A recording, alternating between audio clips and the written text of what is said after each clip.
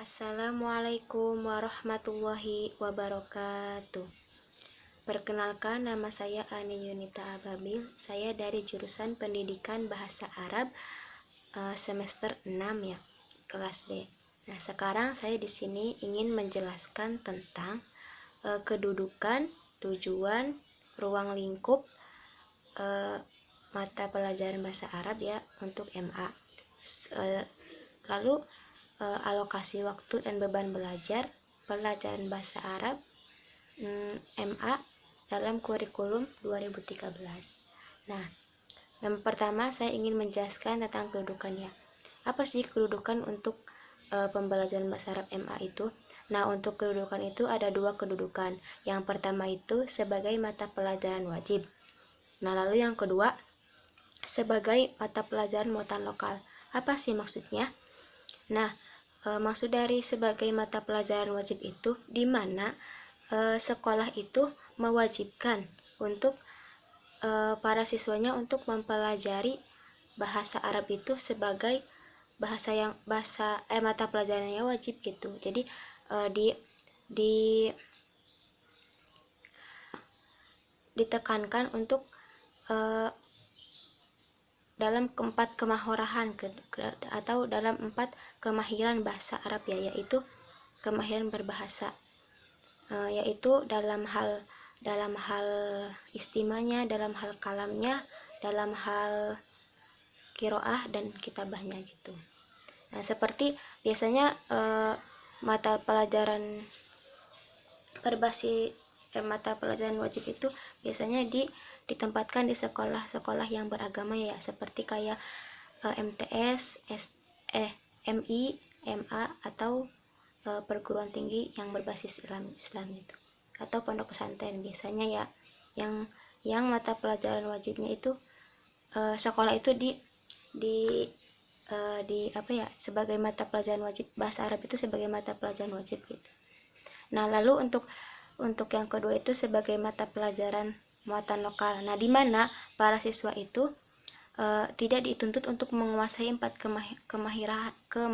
kemahorahan ya, atau kemahiran berbahasa.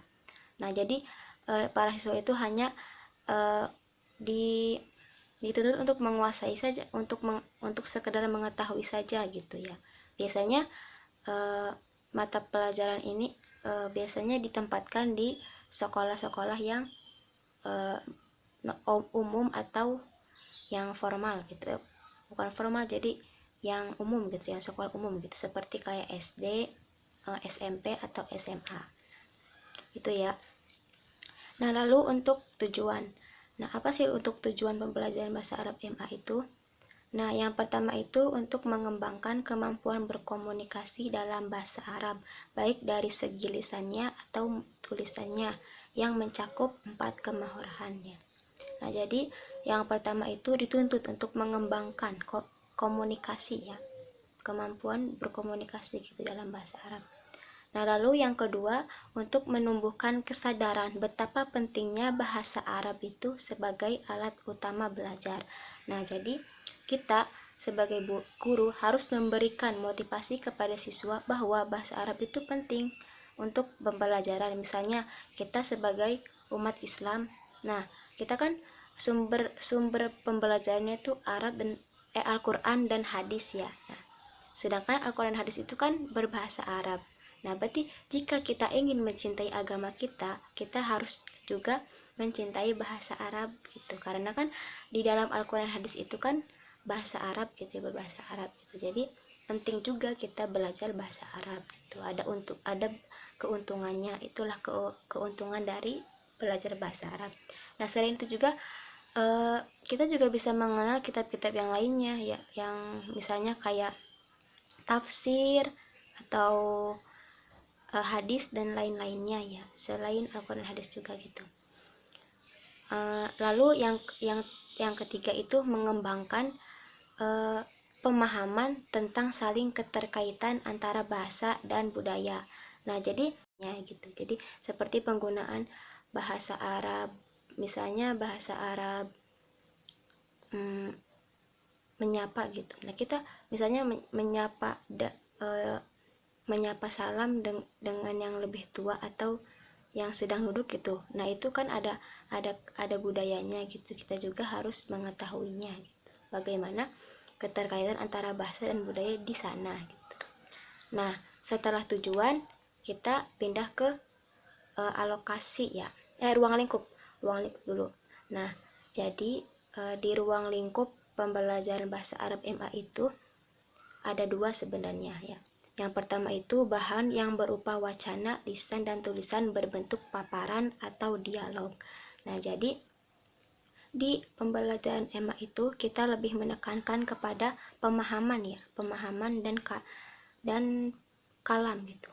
Jadi makanya di sini lebih dominannya kepada dialog atau ya, berbentuk dialog tentang misalnya tentang perkenalan atau kehidupan keluarga. Nah, gitu. Lalu yang kedua itu fungsi komunikatif. Nah, di sini fungsi komunikatifnya itu seperti maksudnya ini ya.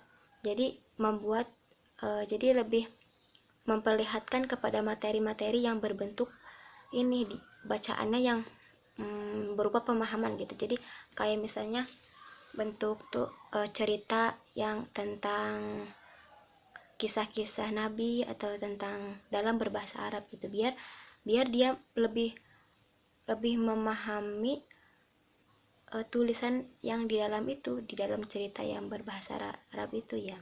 Misalnya kayak cerita Nabi atau mendeskripsikan peristiwa-peristiwa tentang kemukjizatan Nabi atau tentang apa sih, perkenalan diri gitu ya. Di situ kan fungsi komunikatif. Jadi fungsi komunikatifnya itu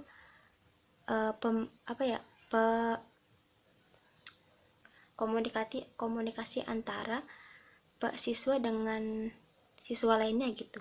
Jadi seperti kayak membuat dialog tentang memperkenalkan diri atau mengenalkan orang lain gitu, bisa ya. Jadi misalnya kita ingin mengenal teman kita atau memperkenalkan teman kita atau keluarga kita gitu dengan cara bercerita gitu. Selain itu juga bisa dengan tema berpamitan mengucapkan selamat datang dan selamat jalan ya. Nah, jadi di materi MA itu lebih banyaknya pemahaman dan komunikasi, pemahaman dan berbicara ya.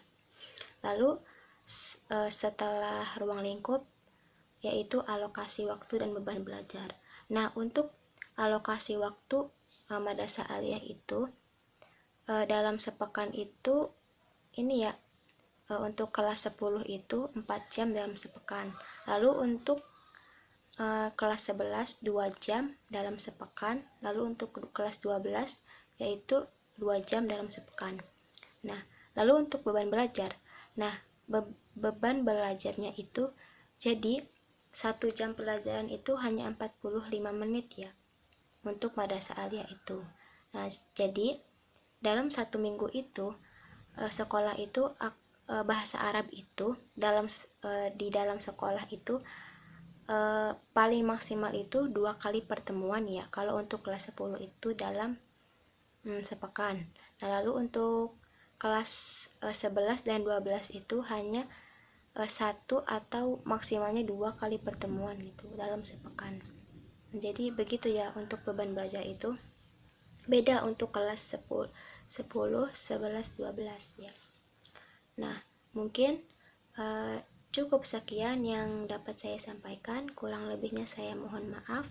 Wabillahi taufiq wal hidayah. Wassalamualaikum warahmatullahi wabarakatuh.